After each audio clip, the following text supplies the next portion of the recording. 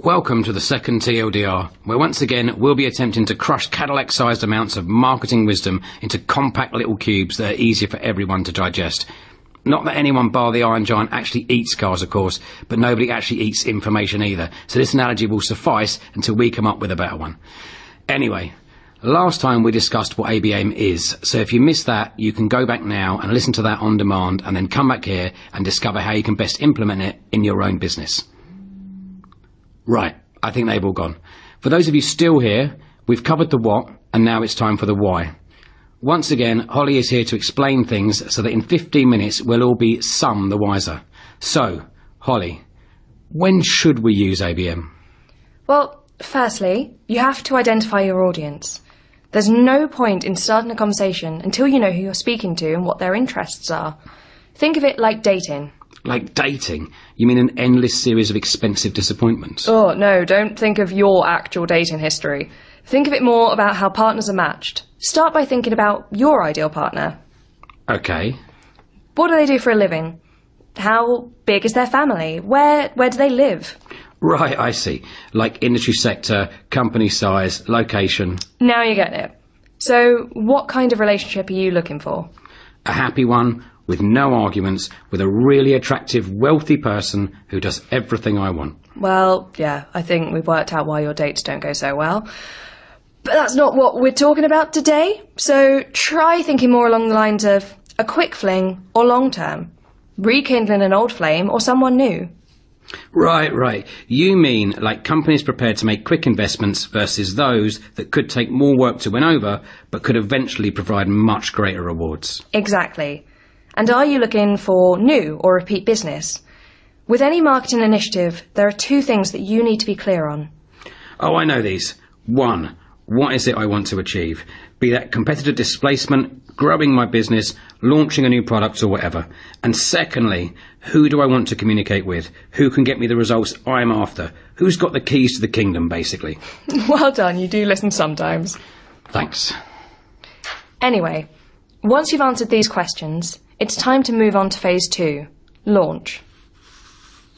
This is definitely the crux of the campaign right here. What you're going to say. Your campaign will live and die with what you create, and you should carefully consider what you write about and how that message is transmitted. In fact, I'd say we could break this launch section into 3 distinct parts. What you're going to say, where you're going to distribute your content, and when your message will be shared. Yeah, I would agree with you for once. With what you write about, you need to first identify a gap in the ABM content library in order to cut through the noise. What aren't your competitors talking about? What can't they talk about because they can't do it? And also, you've got to ensure that the gap you discover is relevant to your intended accounts, not just in terms of topics, but also in terms of tone. It's tough to sell ice to Inuits, but harder still to flog them golf clubs. That is one way of looking at it, yes. But yeah, topic and tone are key. No point in writing about enterprise-level spends if you're targeting SMBs. It's also important to align your style and tone with your objective. For example, Gartner reports can be great for competitor displacement. As long as the report shows that you're better than your competitors. Well, yeah, obviously. You could also utilise ebooks to grow your consumer base by expounding on your expertise. Or maybe infographics for quick problem-solving solutions, as they can grab and engage people quickly. And there's also webinars, of course. Yeah, but you need to get the right presenters for those. Yeah, okay, right, I see what you mean. Okay, so now we've decided what you're writing about. Now you need to decide upon the best channel for communication. For B2C marketing, this is increasingly social media, but that's a tricky channel for B2B to get right. It really is, as I'm sure any of you listening can testify to if you've ever attempted a B2B social media campaign. So what are the best channels for B2B? Well, the most effective probably remains email. In fact, literally the only thing people use email for these days is business. I mean, think about it. How many personal emails do you receive anymore? Hardly any. Nearly all my emails are from mailing lists that I've signed up for to keep me updated on products and services. In fact, I'd say I get most of my consumer knowledge and base most of my buying decisions on emails that I've signed up for. Exactly. And it's pretty much the same for me. Although, caveat, unsolicited stuff I do still send to spam. So I think it's safe to say that from a B2B perspective, email remains the best option. And of course, you can track all of your engagement so you know how successful your campaign has been and can then fine-tune it for next time. Right, okay. So does it matter when I send these emails? Definitely. Firstly, are you taking industry buying cycles into consideration? If you're not, you definitely should be. And do you have content to capture every point of the buyer's journey? Again, if you don't, you definitely should think about that. I guess if you don't have content for every point in the buyer's journey, you should at the very least be very clear about where the content you do have comes in and what comes before it and picks up after it, whether that's a sales call or a meeting or whatever.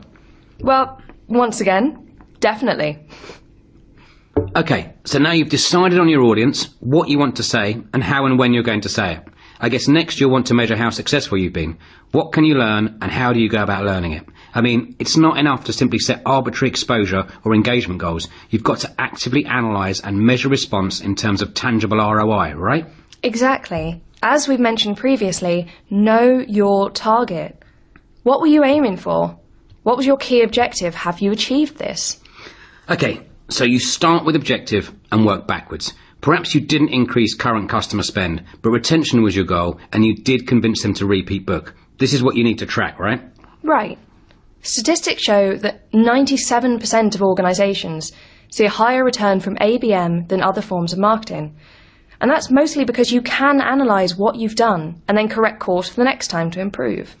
Of course, because you can't measure success if you don't know what defines it. What else can you do? Well, you can assign costs to everything. Even in-house generated products, nothing is free. Even if the content was made by your creative or marketing team, there's still a time and resource cost attached to this. Ensure that you remember to factor this in when you're calculating returns. Inflated figures will not help you or the effectiveness of future initiatives. This is very true. I'd say it's important to accept that ABM is an ongoing learning curve and there are lessons to be learned from every campaign and these provide opportunities to improve. What areas should you look at specifically? Well, you'll be able to see what titles work best, who responded to what and how quickly, which platforms were most effective and with who, and at which point in the sales funnel was your content most effective. This is especially important when it comes to going again and can greatly improve results. It is a constantly movable feast. Interest in topics waxes and wanes, and the parameters will always be shifting, so you should never get complacent. Don't fight your findings, move with them.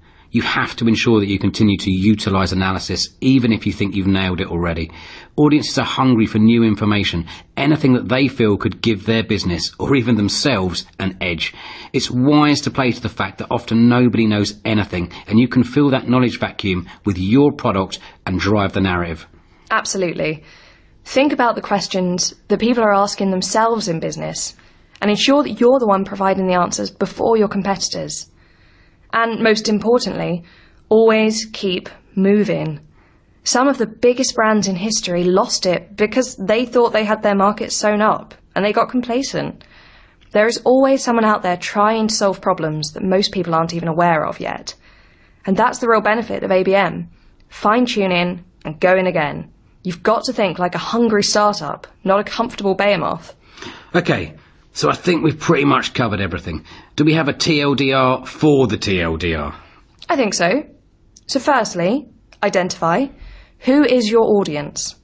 Second, launch. What, where, when. Thirdly, analyse. This is so important. This is where you will improve and generate better results with each campaign.